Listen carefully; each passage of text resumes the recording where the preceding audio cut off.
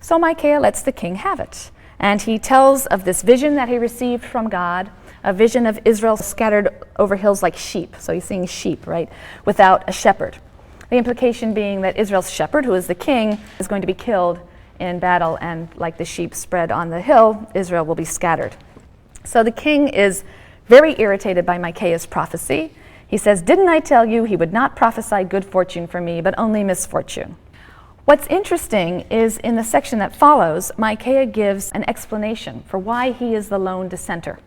He doesn't accuse the other prophets of being false prophets. He represents them instead as being misled, and as being misled by God, if you will. So for the second time, Micaiah utters the word of the Lord. He has a second vision. And this vision is a vision of God who is seated on the throne, and the host of heaven are gathered around him. And God asks, "Who will entice Ahab so that he will march and fall at Ramoth-gilead?" And a certain one comes forward, he volunteers for this task, and he tells how he's going to do this. He says, "I will go out and be a lying spirit in the mouth of all his prophets." God says, "You will entice and you will prevail. Go out and do it." So Micaiah concludes this vision by saying, "And so the Lord has put a lying spirit in the mouth of all these prophets of yours, for the Lord has decreed disaster upon you."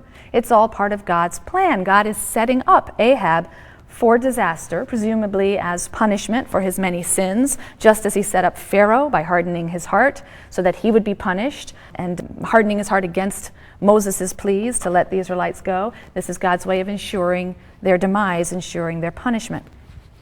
The king's a little upset. He doesn't know whom to believe.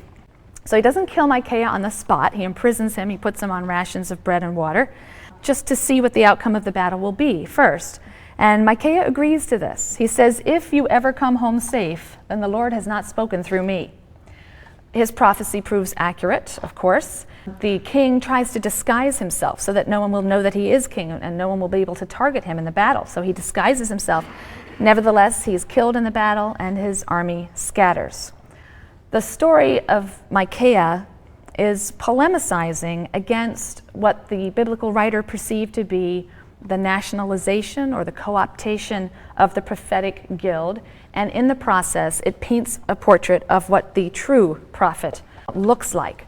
Micaiah is someone who is determined to deliver God's word, even if it's opposed to the wishes of the king or the view of the king and the view of the majority. He's going to proclaim God's judgment, and it will be a judgment against the nation. It will be a message of doom. And interestingly enough, this will eventually become understood as the mark of a true prophet. You know, the prophet of doom is the one who's the true prophet. As you can imagine, this kind of negativity didn't sit well with established interests, but at a later point in time, looking back, the tradition would single out some of these prophets as the ones who had spoken truly. So that's one role. The true prophet stands up against the prophetic guilds, the prophets who are employed by the kings.